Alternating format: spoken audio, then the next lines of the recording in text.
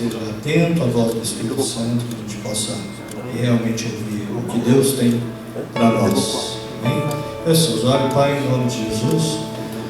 Obrigado, Senhor. Obrigado, Pai querido, porque até aqui o Senhor tem nos guardado, até que o Senhor tem nos protegido, até que o Senhor tem provido as nossas mesas. Obrigado, Pai, obrigado pelas tuas bênçãos, obrigado, Senhor, pela tua misericórdia, obrigado, Deus, que muitas vezes nós não entendemos, não compreendemos os teus sonhos, os teus propósitos para as nossas vidas, e, Senhor, muitas vezes nos desesperamos, muitas vezes nos angustiamos, mas queremos a Deus te pedir, Senhor, perdão, Pai querido, porque muitas vezes não confiamos, e muitas vezes até na sua própria casa, Senhor, mesmo estando aqui, Senhor, às vezes estamos aqui, mas nossa mente, Senhor, não consegue confiar, a nossa alma não consegue confiar que o Senhor está guardando tudo que é nosso, o Senhor está guardando os nossos maiores bens, que são a nossa família, os nossos entes queridos. O Senhor tem guardado, o Senhor tem protegido. Deus, que possamos descansar a nossa alma e a nossa mente, Senhor, esteja atento, os nossos ouvidos abertos para ouvir a voz do Teu Espírito. Em nome de Jesus eu te peço, cobre as nossas vidas com o sangue do Cordeiro, cerca este lugar, envia os Teus anjos. Senhor, traz resgate, traz resgates. Sabemos, ó Deus, que o Senhor é o nosso general e com o Senhor não há, Senhor, soldado ferido, Pai, que fique abandonado. Senhor, o Senhor é aquele, Pai, que nos resgata em todo tempo. Que o Senhor esteja, Pai, segurando nossas mãos agora e nós estejamos atentos à voz do Teu Espírito Santo. Nós te pedimos e te agradecemos em nome de Jesus. Amém. Amém? Vamos abrir a palavra de Deus em Romanos capítulo 12. Amém? Romanos capítulo 12. Uma passagem bem conhecida. Eu vou usar esse aqui mesmo. Se não corre risco. Amém? Queria nessa noite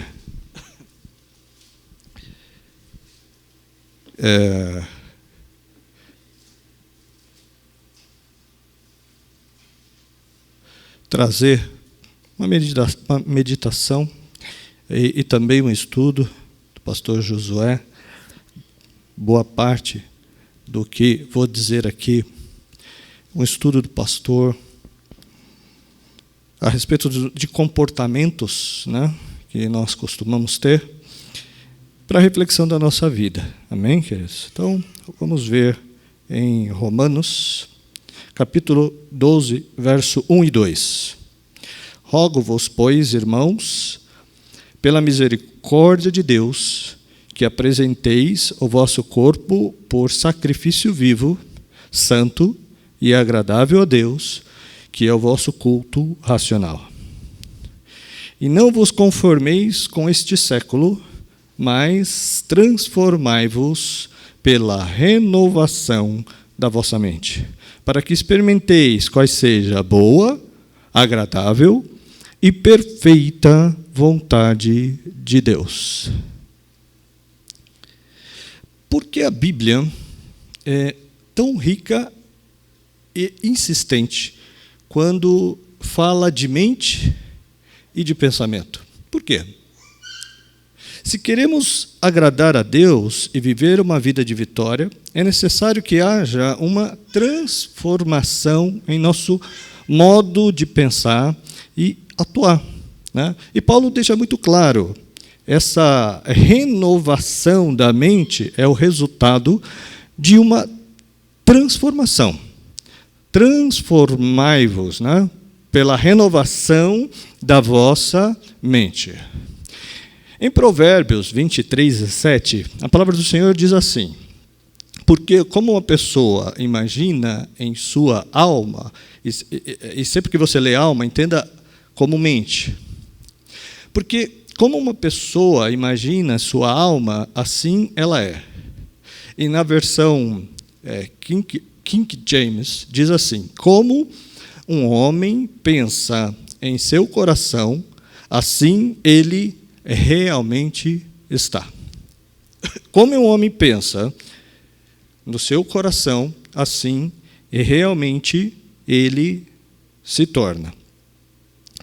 Provérbios 4, verso 23, a palavra do Senhor diz assim: acima de tudo, guarde o seu coração, a sua mente, pois dele ou dela depende toda a sua vida. Então, preste atenção nisso, queridos. Na versão da Bíblia, a mensagem diz: vigie sempre os seus pensamentos, deles depende a sua vida. Quando Jesus disse vigiai e orai, não era para vigiar o outro, né? Não é para vigiar o vizinho ou a vizinha, não é para vigiar o irmão, é para vigiar a mente, vigiar os seus pensamentos. Acima de tudo, guarde o seu coração, a sua mente, pois dele depende toda a sua vida. Né? Então, guarde essa sequência. Olha. O inimigo da nossa alma sabe muito bem essa sequência aqui. Ó. Primeiro é pensamento, depois sentimento, depois ação, depois é resultado. Pensamento, sentimento, ação e resultado. Então, a forma como eu penso vai determinar como eu sinto. E o meu sentimento vai determinar a minha ação e o meu comportamento. E o meu comportamento vai determinar qual o resultado que eu vou ter. Então, é pensamento, sentimento, ação e resultado. Né? Então, guarda isso. O problema é que nós vivemos numa sociedade, né, que alguns filósofos chamam de sociedade de desempenho, né, ou a era do cansaço, a ansiedade do cansaço, uma coisa muito ligada à outra. Essa aflição, né, que nós vivemos em nossos dias de sermos produtivos o tempo todo, né, de performarmos, de gerarmos resultados, de fazermos entregas, de satisfazer necessidades, né? E também suprir expectativas, de atender todas as demandas que vêm ao nosso encontro sem cessar. Né? Mas não somente isso. Nós vivemos num mundo com 7 bilhões de bocas famintas, né? Não apenas bocas famintas com necessidades legítimas de alimentação, de recursos para sobrevivência digna, né? De condições de sobrevivência nesse grande mundo onde Deus nos colocou, mas também corações famintos, desejos, anseios, paixões, ambições. Nós queremos muito, nós queremos mais. Nós temos vontade de viver e vontade de viver o melhor da vida. E por isso nós temos que produzir o tempo inteiro. E vivemos essa ciranda, né? Essa ciranda incansável. Vivemos essa roda imparável de produção e consumo, produção e consumo, produção e consumo. Mas eu não sei quanto a você. Para mim, isso afeta essa vida que nós temos desses grandes centros urbanos e esse apelo constante de corrermos atrás dos nossos sonhos, de corrermos atrás das nossas metas, de estabelecer alvos, de desenvolver planejamentos, nos dedicarmos, nos empenharmos, levantarmos cedo, uma agenda lotada. Né? É ginástica, é aprender outro idioma, é fazer pós-graduação, é matricular-se no novo curso, é um novo livro que você tem que ler, é um lugar que você tem que conhecer, é um encontro com uma pessoa extraordinária que você pode ser muito abençoado se você estiver com ela. Você está sempre correndo atrás de uma agenda que está sendo posta na sua frente e parece que você está perdendo coisa. À medida que você vai vivendo, parece que você vai perdendo coisas e vai sendo estimulado o tempo inteiro a mais. Você entra nessa roda produtiva o tempo inteiro. E nós nos percebemos, num determinado momento, parte desta engrenagem, parte dessa máquina. Nós também temos que produzir, o mundo tem que produzir, a sociedade tem que produzir, nós temos que produzir. E o pior de tudo é que esta lógica de produção, de gerar resultado o tempo todo, 7/24, ela se aplica também a Deus. Deus também tem que produzir, Deus também tem que performar, Deus também tem que entregar resultados para nós. Assim como, por exemplo, as empresas, né, têm as suas linhas de montagens, as suas linhas de produção, as nossas estruturas religiosas, as nossas igrejas também têm os seus métodos de ativação do divino. É uma corrente de oração, é uma reunião de oração, uma campanha, é um caderno de oração, é um ciclo de campanha de jejum. Nós estamos sempre correndo atrás de um fruto que ainda não temos nas mãos. Nós estamos sempre correndo atrás de um resultado, nós estamos sempre correndo atrás de uma solução, de uma resposta, e o tempo todo nós estamos ativando Deus, dizendo: Deus funciona, Deus responde, Deus funciona, Deus performe, Deus entrega, Deus, olha, nós estamos te pedindo, olha a nossa demanda, olha a nossa necessidade, olha o nosso desejo, olha o nosso sonho. Nós estamos correndo para o Senhor, esperando que o Senhor e somente o Senhor. Então, Deus também é colocado nessa engrenagem que Ele tem que produzir o tempo todo. O problema é que nós esquecemos que nós estamos no meio de uma batalha enquanto estamos nessa terra. Por isso, Efésios diz que nós temos que nos revestirmos da armadura de Deus.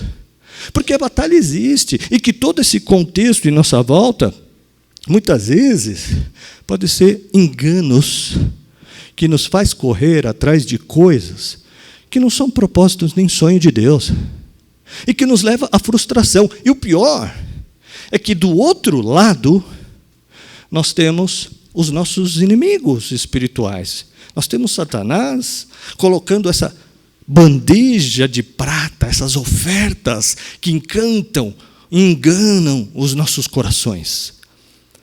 E, em contrapartida, ele coloca obstáculos e dificuldades, setas, barreiras, feridas, pedras no seu caminho para ficarmos frustrados e não atingirmos esses projetos, esses sonhos que nós corremos a vida inteira. E muitas vezes colocamos a culpa em quem? Em Deus, por causa de padrões de pensamentos errados. E é aqui que eu queria chegar. Os problemas das pessoas estão enraizados em padrões de pensamentos negativos e mentirosos. Qualquer problema que uma pessoa tem, esse problema está enraizado em padrões de pensamentos negativos e mentirosos. E agora, você precisa entender que Satanás, que é um psicólogo milenar, oferece forma de pensar erradas. A decisão é sua, é minha, de aceitar essa forma de pensar, ou não. Eis a razão porque Paulo orienta, né? Que não vos amoldeis com a forma de pensar deste mundo tenebroso, desse sistema que está aí, dessa cultura que está aí. Então, Satanás te oferece forma de pensar errada. Ele é mentiroso. A palavra diz que ele é mentiroso. Ele diz coisas sobre nós mesmos, sobre outras pessoas e sobre circunstâncias que simplesmente não são verdadeiras. Presta atenção do que ele não diz para você a mentira de uma vez só.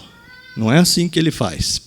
Ele começa bombardeando a sua mente com um padrão pequenos, né, de pequenos pensamentos, né, oportunos, suspeitas, dúvidas, medos, questionamentos e teorias. Ele se move vagarosamente, cautelosamente, afinal de contas, presta atenção, planos bem elaborados levam tempo.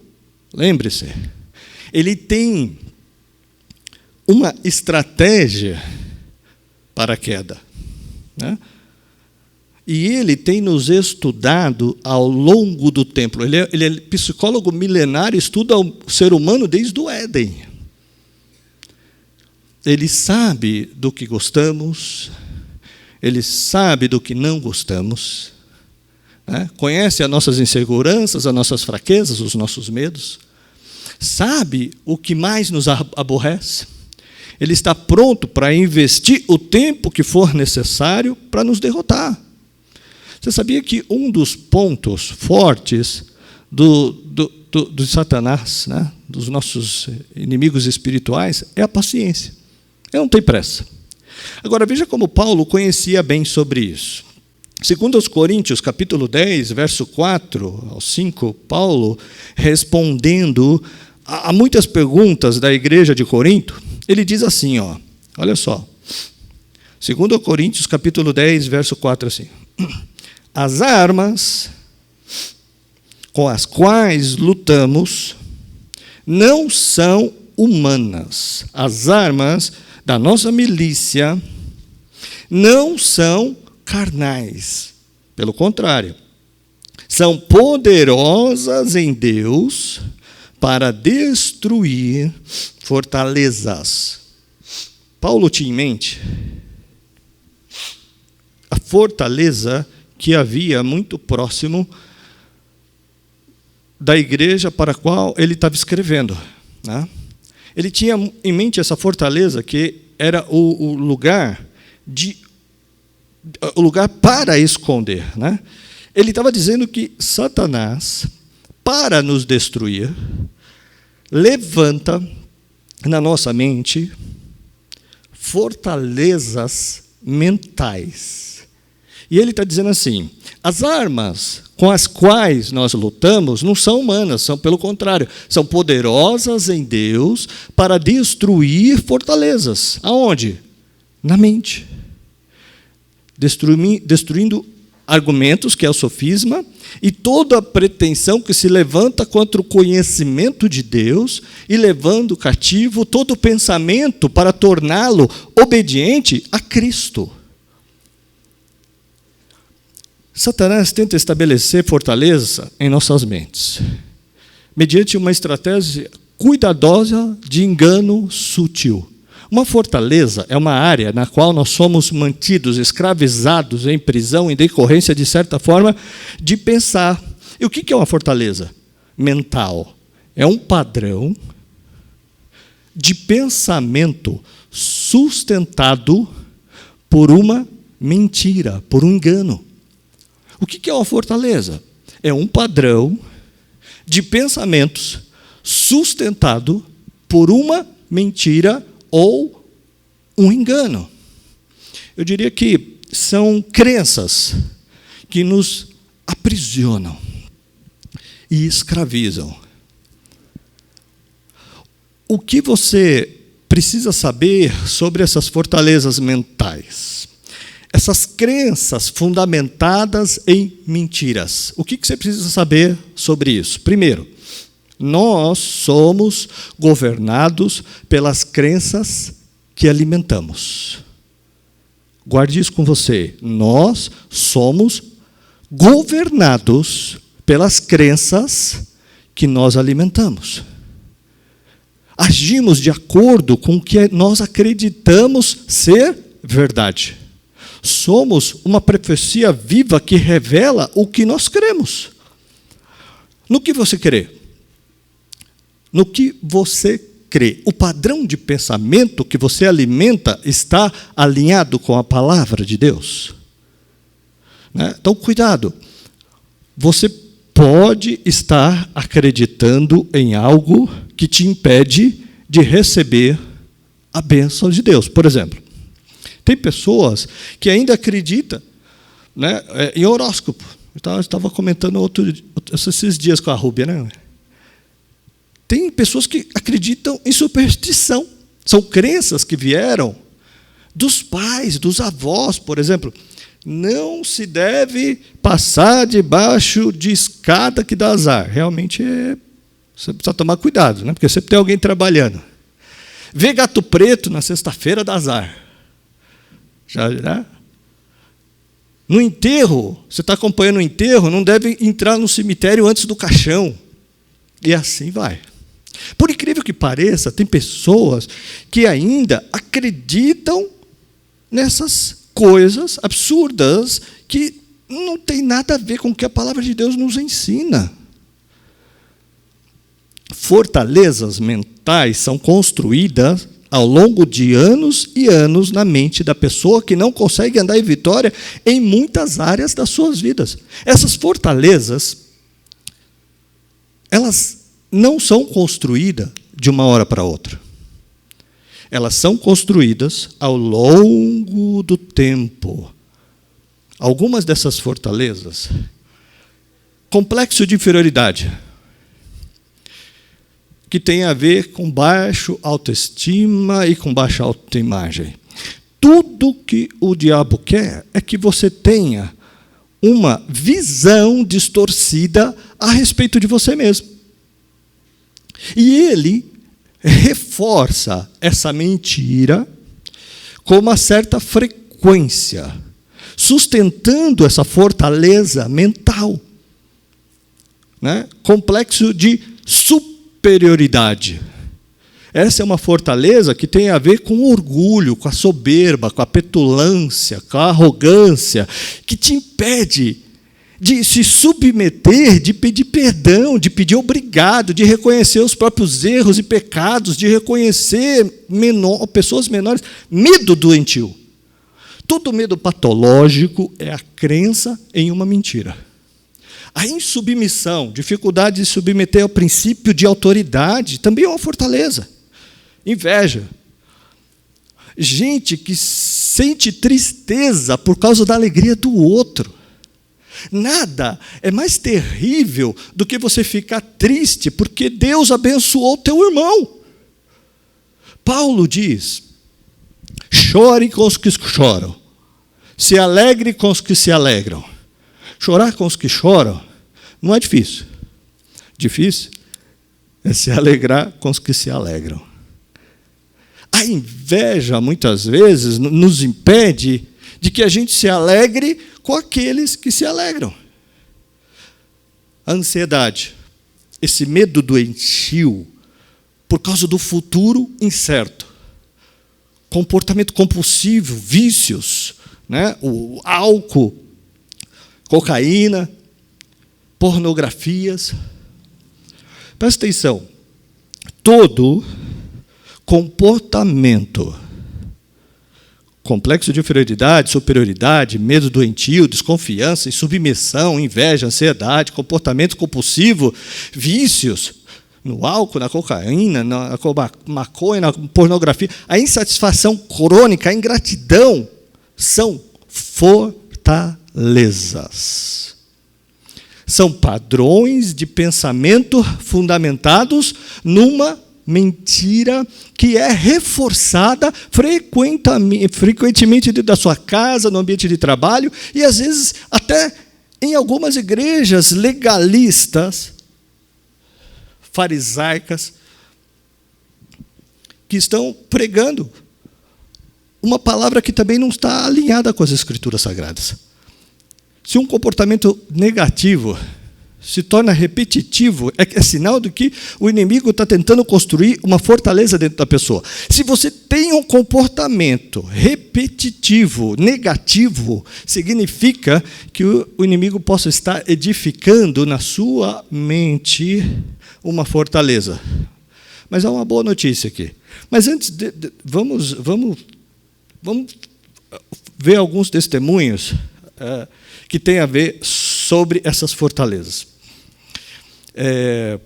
Pastor Josué conta que ele aconselhou uma senhora uma vez que disse assim para ele, falou: pastor, você está vendo aquele homem ali? Ele é meu marido. Ele falou: tá bom, mas qual o problema? Ele falou: então, a gente briga muito. E em uma das... Ele ficou tão nervoso que eu estava deitada no sofá. Como ele não me venceu no argumento, ele chegou bem próximo de mim, encheu a boca de catarro e escarrou no meu rosto. Agora ele fez isso na frente da filha. Ali foi inculcado na filha uma crença. Presta atenção.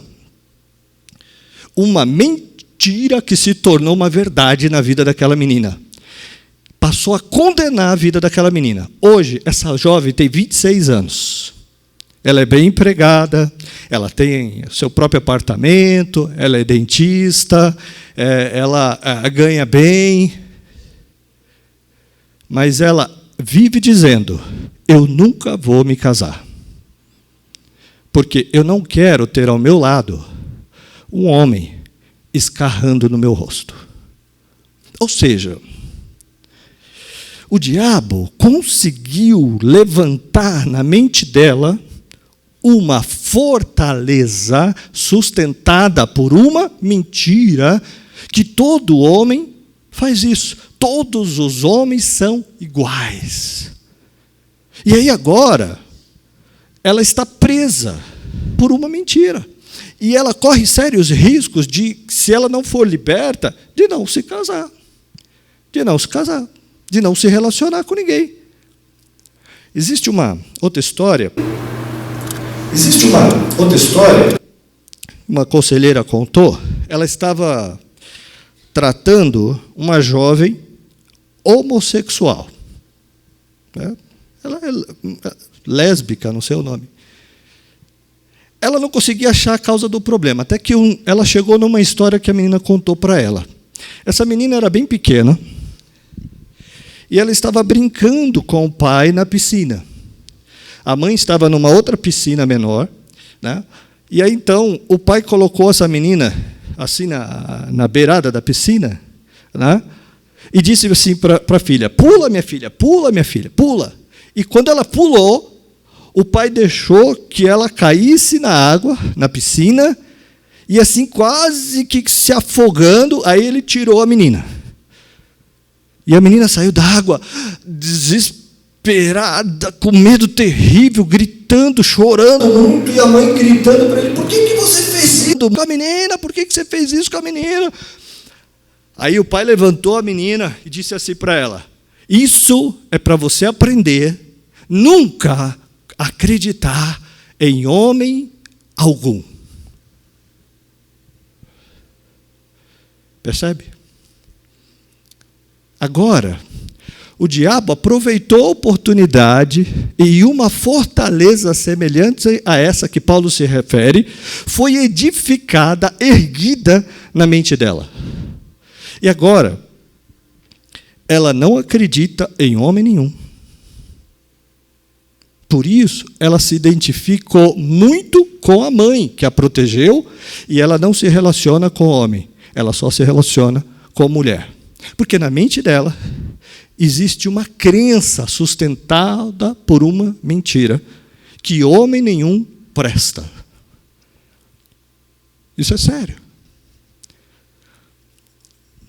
Tem um relato da doutora Elaine Cruz, contando uma experiência, de uma jovem senhora que se casou, e estava casada há 10 anos, e ela não conseguia ficar grávida. Não conseguia ficar grávida. Não conseguia de jeito nenhum. E aí o médico dizia para os dois, para o marido e para a esposa: vocês não têm nada, é só namorar bastante, vocês não têm nada, é só namorar, vocês não têm nada. Mas eles namoravam até cansar e nada acontecia, não ficava grávida. Até um dia, a doutora, conversando com eles, a doutora conseguiu chegar na raiz do problema. Havia também nela uma fortaleza. Havia uma crença sustentada por uma mentira, porque essa senhora foi educada dentro de um lar onde a mãe dizia sempre, quando ela fracassava, a mãe dizia: você não vai prestar nem para parir. Você não vai prestar nem para parir. Você não vai prestar nem para parir.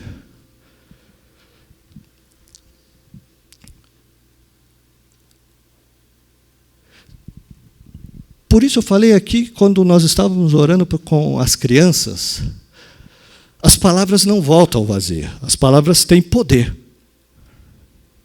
Uma vez a palavra lançada, a palavra, ela atinge a alma, ela atinge a mente.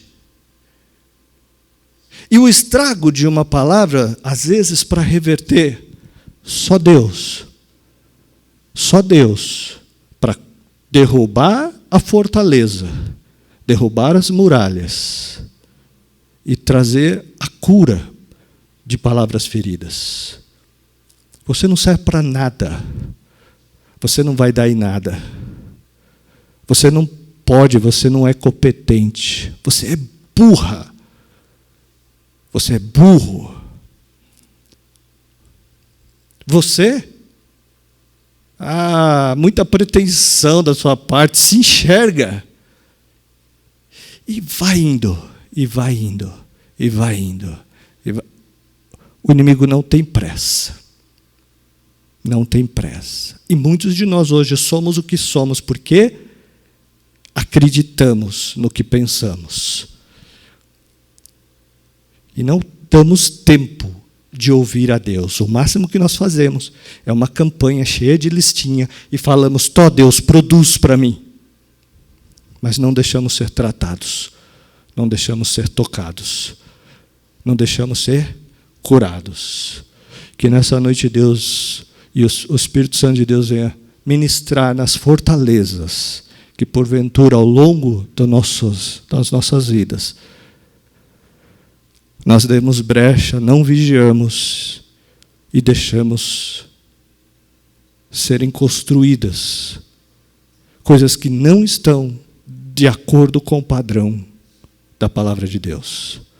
Ou que muitas delas nós construímos na vida daqueles que Deus colocou para amarmos, para protegermos, para cuidarmos. Que a palavra do Senhor diz que nós prestaremos conta. Nós prestaremos conta. Se não houver arrependimento, não haverá remissão de pecado. Vamos continuar.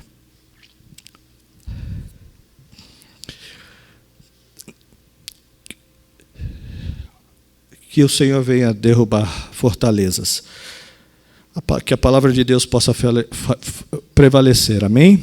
A palavra do Senhor diz: conhecereis a verdade e a palavra vai nos libertar. Amém? Agora, a nossa mente pode ser renovada pela transformação através da palavra, né? E a boa notícia é que as armas das nossas milícias não são carnais, e são poderosas em Deus para a destruição das fortalezas. Né? Aí Paulo escreve aos Coríntios assim, 1 Coríntios 2,16. Nós, porém, temos a mente de Cristo.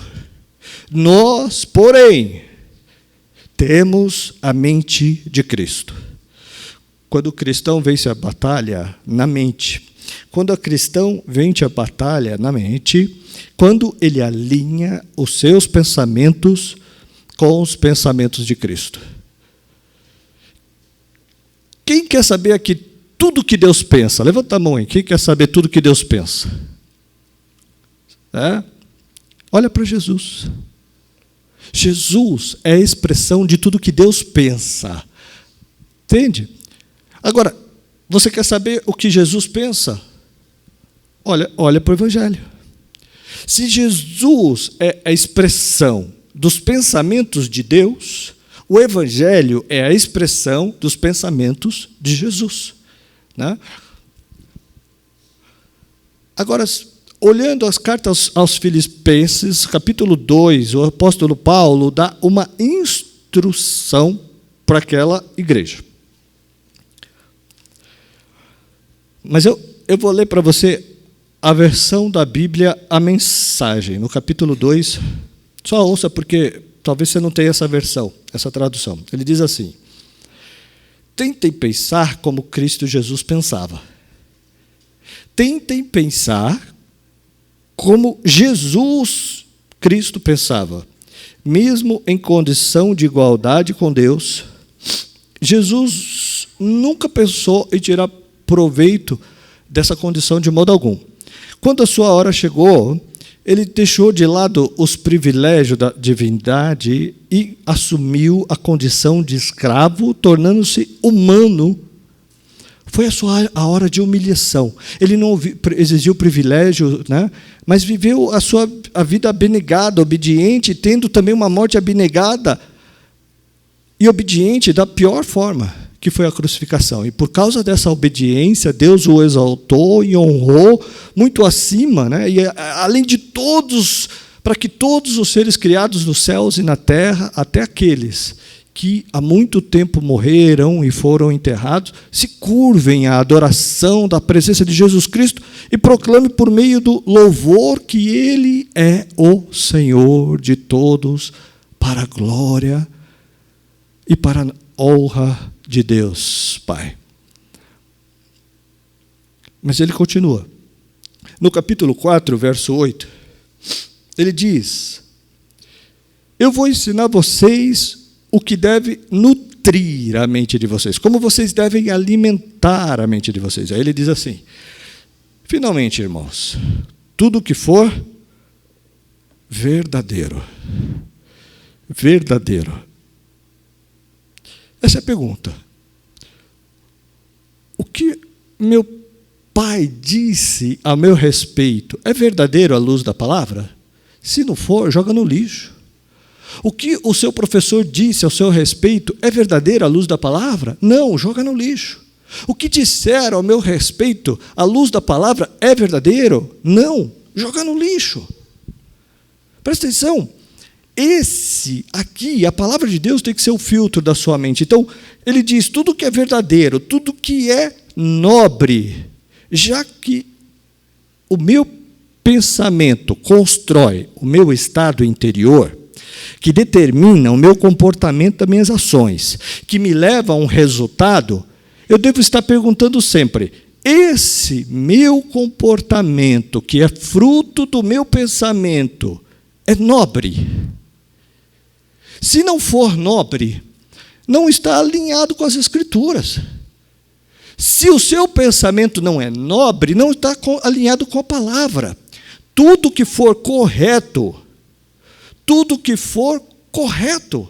o que eu estou fazendo é justo, o meu comportamento é justo, a minha atitude é justa, porque a minha atitude, o meu comportamento, as minhas ações são frutos da minha forma de pensar. Se eu estou agindo de forma injusta, é porque eu não estou pensando de forma justa e correta. Paulo diz, tudo que é verdadeiro, tudo que é nobre, tudo que é correto, tudo que é puro, é puro. É puro o que você faz. O teu namoro é puro, o teu noivado é puro. A maneira como você usa o teu celular, o Twitter, o Facebook, o Instagram, os sites que você navega, tem a ver com a palavra, com pureza. Então tem fortaleza sendo edificada dentro de você. E não é para amanhã, é ao longo do tempo. Então tudo que é puro, tudo que é amável, tudo que for de boa fama, se houver algo excelente ou digno de louvor, pensem nessas coisas. Enche a sua cabeça disso. É isso que Paulo está falando. Não faça da sua mente uma lata de lixo. Não faça da sua cabeça uma lata de lixo. Coloque-se filtro na sua mente. É verdadeiro, é nobre, é correto, é de boa fama. Tem algo, é digno de louvor, diz Paulo. Agora, interessante, que quando Paulo escreve a Colossenses, ele diz assim, Colossenses 3, 1 e 2, ele diz assim, portanto, já que vocês ressuscitaram com Cristo, procurem as coisas que são do alto, onde Cristo está sentado à direita de Deus, mantenha o pensamento nas coisas do alto, e não nas coisas da terra. Sabe o que Paulo está dizendo? Você está na terra, mas pense como um cidadão do céu. Você está na terra, mas fale como um cidadão do céu. Você está na terra, mas tenha um comportamento de um cidadão do céu. Faça como Jesus. Eu estou nesse mundo, mas eu não sou desse mundo. A minha pátria não é aqui. Billy Graham dizia isso. Eu estou de passagem. Né? A sua morte foi o retorno para a sua verdadeira casa. Então ele está dizendo, se você já ressuscitou com Cristo, então a partir de agora, esteja na terra, mas vivendo como um cidadão do céu, pensando como cidadão do céu, falando como um cidadão do céu. Busque as coisas que são do alto. Como pensar, falar e viver como cidadão do céu? É simples. Leia o Evangelho e siga o movimento de Jesus. Seja um seguidor de Jesus, é simples assim. Agora, você quer saber como Jesus pensava? Leia 30 vezes o Sermão da Montanha e decore. Medite e pratique. O Sermão da Montanha é o resumo da forma de pensar de Jesus. O Sermão da Montanha é o resumo da forma de pensar de Jesus. Ele chega, retraduzindo, né, esse texto, ele diz assim: vocês querem viver uma vida plena? Vocês querem viver uma vida de bem-aventurados? Então eu vou dar para vocês a receita, o caminho. Seja humilde. Bem-aventurado os humildes. Os que possuem, mas não se deixam possuir pelo que possuem, porque se consideram nobres, dependentes 100% da graça e da misericórdia de Deus. Sejam humildes. Vocês querem viver uma vida plena? Pensa como eu penso. Sejam sensíveis ao pecado. Bem-aventurados os que choram. Choram de arrependimento, porque serão consolados pela manifestação da graça do Pai através do perdão. Eu estou lendo o Sermão da Montanha. Sejam mansos, porque os mansos herdarão a terra. Sejam famintos por justiça, porque serão alimentados de forma farta. Sejam misericordiosos, porque eu penso assim, eu vivo assim, eu pratico isso. Era isso que Jesus estava dizendo. Que mais que ele disse? Sejam puros de coração e promotores da paz. Sejam pacificadores. E aí Hebreus 12:1 diz: fixem o pensamento no autor e consumador da fé. Não tire os olhos de Jesus. E lembre-se do texto que nós começamos lendo. Provérbios 23:7. Como o homem pensa em seu coração, assim ele realmente se torna. A minha pergunta hoje é: será que na sua mente não há uma fortaleza que foi levantada e você nem se deu conta disso ainda? Você ainda tem muito complexos em diversas áreas, e às vezes te impede de prosseguir, de avançar, de crescer, de ousar. Ou então você tem um complexo de superioridade, né? Ou então você tem um medo doentio que te faz sentir inseguro diante de todos os desafios. Você é uma pessoa desconfiada, que não acredita em nada, não acredita em ninguém.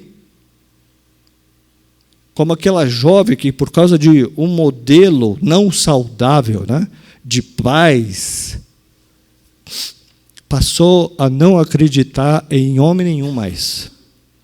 Será que nós não temos dificuldade enorme, né, de se submeter a autoridades? Já viu gente que não se submete à autoridade? Será que a prosperidade do outro, o sucesso do outro te incomoda? A alegria do outro te entristece? Você sempre critica, sempre tem um senão? Uma ansiedade. Ansiedade é falta de confiança do caráter de Deus. Porque a Bíblia diz, no Salmo 37, confia no Senhor, deleita-te no Senhor, entrega os teus caminhos ao Senhor, descansa no Senhor. Ansiedade é acreditar numa mentira de que você não vai chegar lá, de que você não vai conseguir, de que você não vai romper. Será que, às vezes, a gente vê essas pessoas com problema com álcool, com drogas, com pornografia? Será que não é um padrão de pensamento que foi implantado através de influências malignas, né? Padrão esse que como uma fortaleza precisa ser destruída, né? Uma insatisfação crônica, reclama de tudo, reclama de todos. Há muito tempo aquela pessoa não sabe o que é acordar pela manhã e é contemplar a beleza da criação e glorificar a Deus por ela. Só reclama, murmura muito, reclama muito o tempo inteiro. Está tão focado naquilo que você não vê, que você, sabe, você não agradece por aquilo que você tem, uma insatisfação crônica. Como é que você se percebe? A Bíblia diz que você é filho de Deus, o Rei da Glória. A Bíblia diz que você é templo do Espírito Santo. A Bíblia diz que você é embaixador de Cristo. Você representa os céus na terra.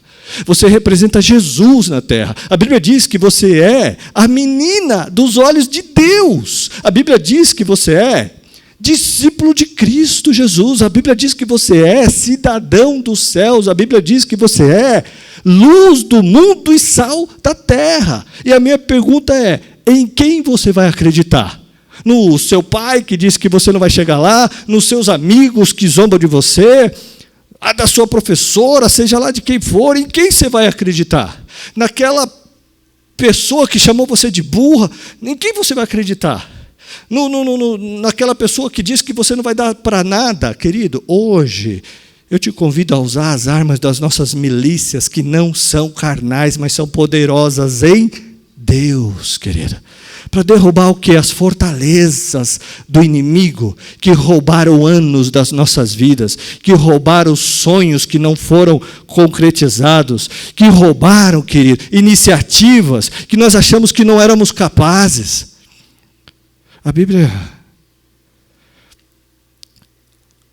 Nós não somos um número. Nós não somos um número. Sabe, ainda que você seja chamado de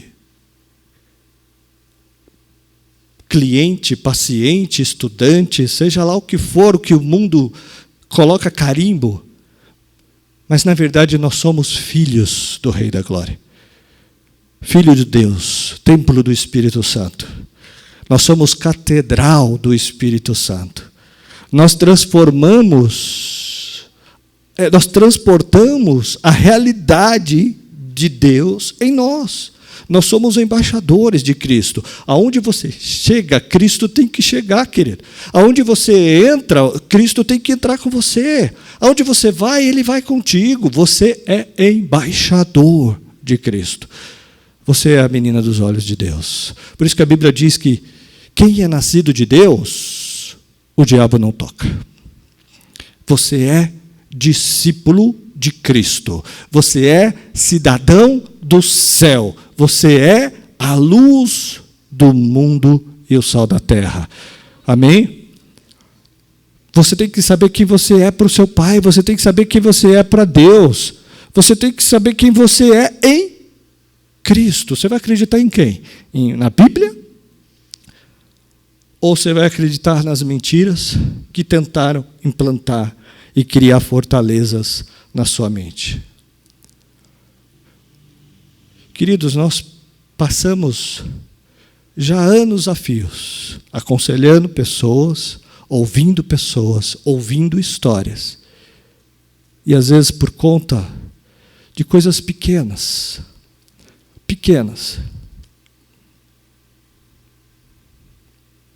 E você pensa, nossa, pastor, mas é assim que funciona?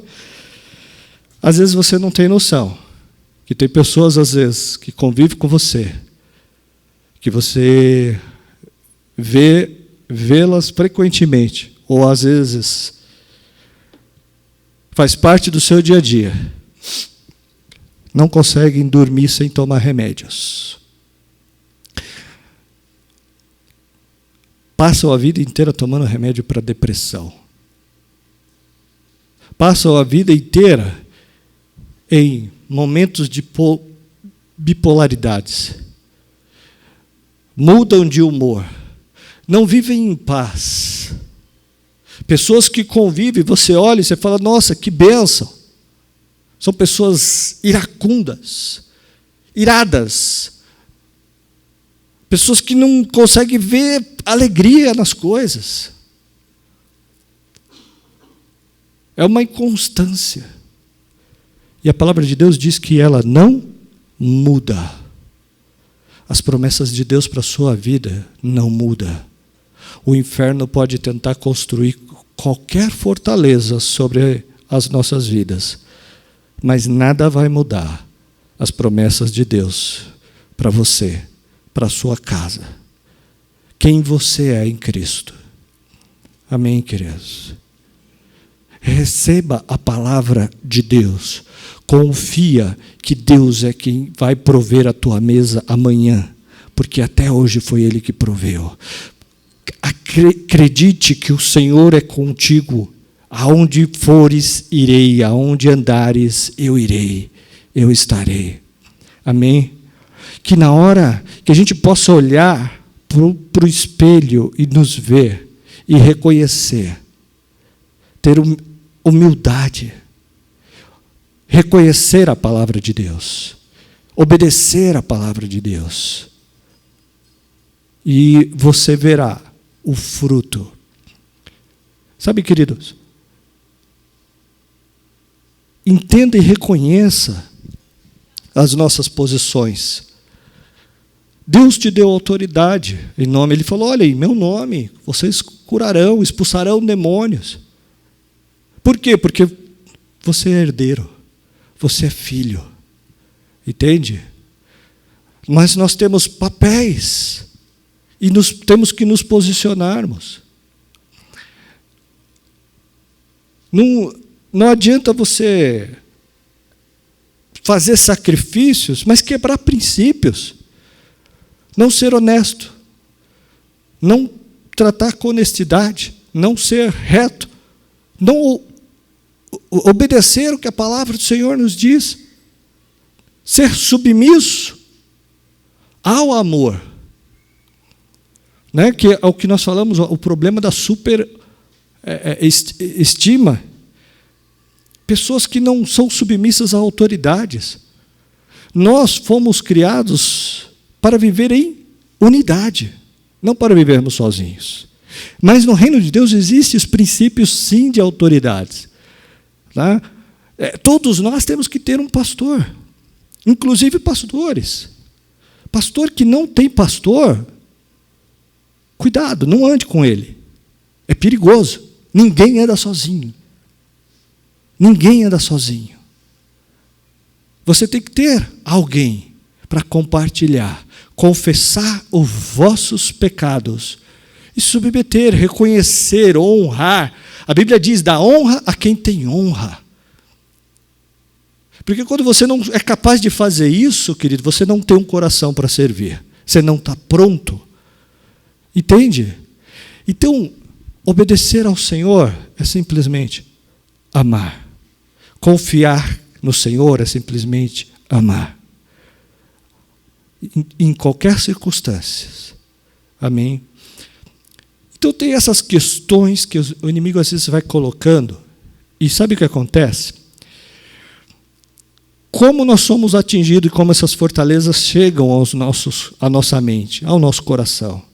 Através de portas de acesso, que nós, muitas vezes, damos brecha e permitimos que as setas passem por essas portas. E o objetivo de nós nos reunirmos aqui para compartilharmos, né, durante a semana, como a minha esposa anunciou, a partir do dia 10, é para nós falarmos dessas fortalezas, para nós tratarmos e nos ajudarmos uns aos outros. Porque tem questões que nós temos que falar para sermos curados. Tem coisas que só o Espírito Santo pode tratar. Deus deu sabedoria ao homem, Deus deu a ciência, Deus deu a psicologia, Deus deu o conhecimento da psicanálise, mas existem profundidades da nossa alma que só o Espírito Santo pode tratar. Existem fortalezas que são construídas que só o Senhor pode destruí-las, porque se o homem coloca a mão, o estrago é grande. Entende? Se o homem coloca a mão. Nós não falamos aqui, mas existem fortalezas sobre fortalezas. Essa é uma das piores. Que o inimigo constrói fortaleza na área que você se acha mais forte. E quando você menos espera, você também está preso na sua própria fortaleza. Entende? E Deus veio para quê? Para nos libertar. Ele veio para dar liberdade aos cativos. O Senhor veio para nos libertar, nos curar, nos restaurar. E é essa a nossa posição em Cristo. É essa a sua posição em Cristo. O que você pensa de você está alinhado com a palavra de Deus. O que você pensa de você está alinhado com o sacrifício da cruz, que te fez livre, que te fez sarado, que te fez curado. O que você pensa de você está alinhado com os princípios do Senhor. Então você é uma pessoa livre, liberta, uma pessoa curada, uma pessoa amada, uma pessoa que está nos braços do Pai. Você é filho, filha de Deus. Essa é a sua posição. Esse é o seu papel. Essa é a sua posição em Cristo. Por mais que muitas vezes nós tenhamos ouvido coisas diferentes, acreditamos em várias situações, em vários momentos das nossas vidas, nós acreditamos em coisas diferentes, acreditamos em circunstâncias diferentes. O seu papel é ser filho. Amém? Para isso que Deus te chamou, para isso que Deus te escolheu, para isso que a palavra diz que Ele te conhece desde o ventre da tua mãe. Amém, queridos? Nós no mundo tereis aflição, mas tem de bom ânimo porque eu venci o mundo. Amém? Essa é a sua posição em Cristo. E muitas vezes nós precisamos apenas de um abraço do Espírito Santo. Apenas de um abraço do Senhor. Muitas vezes nós precisamos apenas do ombro do Senhor. Ouvir a voz do Espírito Santo, ouvir a voz de Deus nas nossas vidas. E é para isso que nós queremos nos reunir aqui, amém? A partir da quarta-feira, do dia 10, para que Deus ministre questões nas nossas vidas, que nós precisamos colocar diante de Deus. Amém? Nós queremos orar agora de uma maneira coletiva, mas eu sei que Deus quer tratar de forma individual. E que a palavra do Senhor diz que, se nós quisermos, Ele pode fazer. Deus te deu o livre-arbítrio. Deus, Ele é onisciente, onipresente e onipotente. Mas Ele te deu o livre-arbítrio. Ele pode todas as coisas, mas Ele tem princípios no reino espiritual. Vários princípios estabelecidos por Deus, que estão na palavra do Senhor. O princípio de autoridade e hierarquia é uma delas, vários outros princípios. Mas um dos princípios que Deus nos deu foi o livre-arbítrio. Se você não quiser, Deus não fará. Se você não permitir, Deus não fará. Não é que Ele não possa, nem que Ele não queira, mas Ele só fará se você permitir. Amém? Somos nós que temos que dar o primeiro passo. Ele tem sonhos, tem projetos para todos nós. E pode mudar a nossa história de decisões que nós tomamos, de caminhos errados muitas vezes. Deus pode, pela sua graça e pela sua misericórdia, mudar o curso da nossa história. Mas nós temos que querer. Porque Ele está à porta batendo. Ele não arrombará a porta. Eis que estou à porta e bato. Ao que ouvir, quem ouvir e abrir a porta, então eu entrarei, cearei com ele e ele comigo. Amém? Que você possa cear com o Pai, está sentado à mesa do seu Pai, na posição de filho. É essa posição que Deus te chamou. Amém? Vamos ficar em pé.